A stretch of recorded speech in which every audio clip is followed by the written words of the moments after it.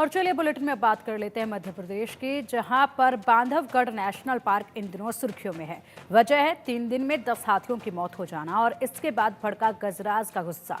पहले 10 हाथियों की मौत हुई और इसके बाद हाथी ने 2 इंसानों को मार डाला। तो क्या हाथियों ने अपने साथियों का बदला लिया या माजरा कुछ और है?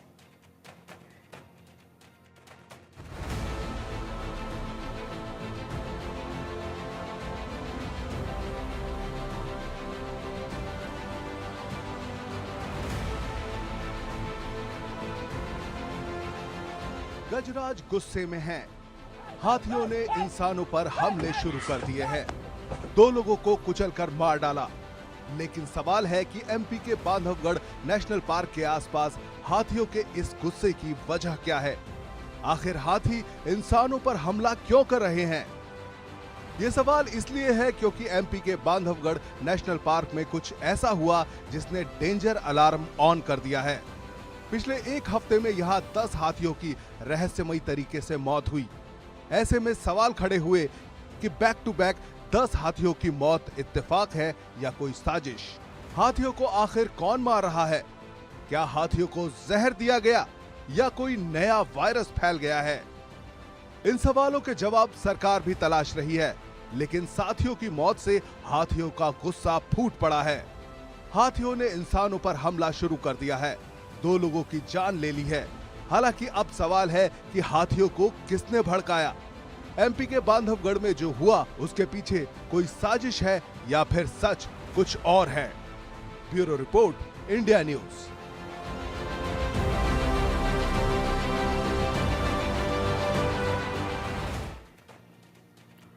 वहीं हाथियों की मौत पर एमपी के मुख्यमंत्री गंभीर हैं। उन्होंने हाथियों की सुरक्षा के लिए कई कदम उठाए हैं। इनमें एक है एलिफेंट कॉरिडोर।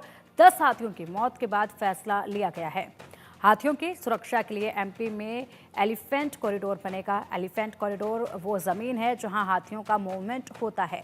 ऐसी जगहों को चिन्हित कर सरकार कॉरिडोर के रूप में सुरक्षित करती है। फिलहाल देश में एलिफेंट कॉरिडोर की संख्या 150 है। सबसे ज्यादा 52 हाथी गलियारे पूर्वी मध्य भारत में हैं।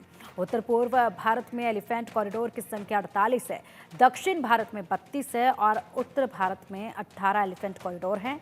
सबसे ज्यादा 26 गलियारों के साथ पश्चिम बंगाल सबसे ऊपर है। वहीं एमपी के बांधवगढ़ में एलिफेंट कॉरिडोर बनना क्यों जरूरी है और हाथियों को बांधवगढ़ क्यों रास आ रहा है, ये समझने के लिए हमने बात की पूर्व आईएफएस अधिकारी आजाद सिंह दबास से। सुनिए उनका क्या कुछ कहना है।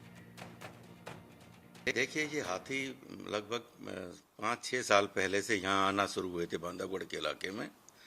ये बाहर के स्टेट से, बिहार वगैरह, झारखंड वगैरह से माइग्रेट होके आए हैं। ये टुकड़े टुकड़े में आए हैं। 8-8, 10-10 के झुंड में हाथी मूव करता है।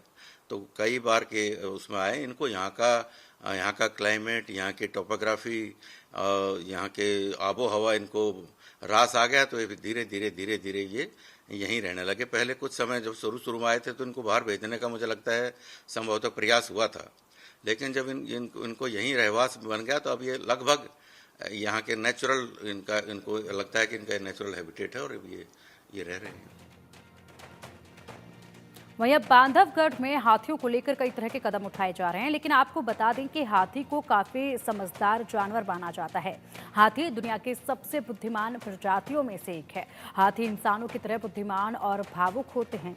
हाथियों का दिमाग 5 किलोग्राम से अधिक होता है। हाथी अपने झुंड से मजबूत भावनात्मक बंधन बनाते हैं। प्रत्येक हाथी का अपना अलग व्यक्तित्व होता है। हाथियों को खेलना बहुत पसंद होता है। हाथियों में शारीरिक भाषा पढ़ना का भी कौशल होता है। हाथी आमतौर पर नजरें झुकाकर खड़े होते हैं। लेकिन सवाल है कि इतना समझदार जानवर आखिर इंसानों पर हमला क्यों कर रहा है?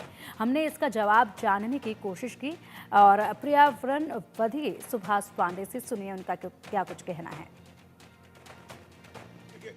यदि हाथी आदमियों के ऊपर यदि हमला कर रहे हैं तो उसकी वजह है कि हाथियों में फ्यूरियस प्रवृत्ति पैदा हो जाना। उनको लगना कि यही हमारे कारण है। उनके मन में भाव हो गया कि ये हमारे दुश्मन है।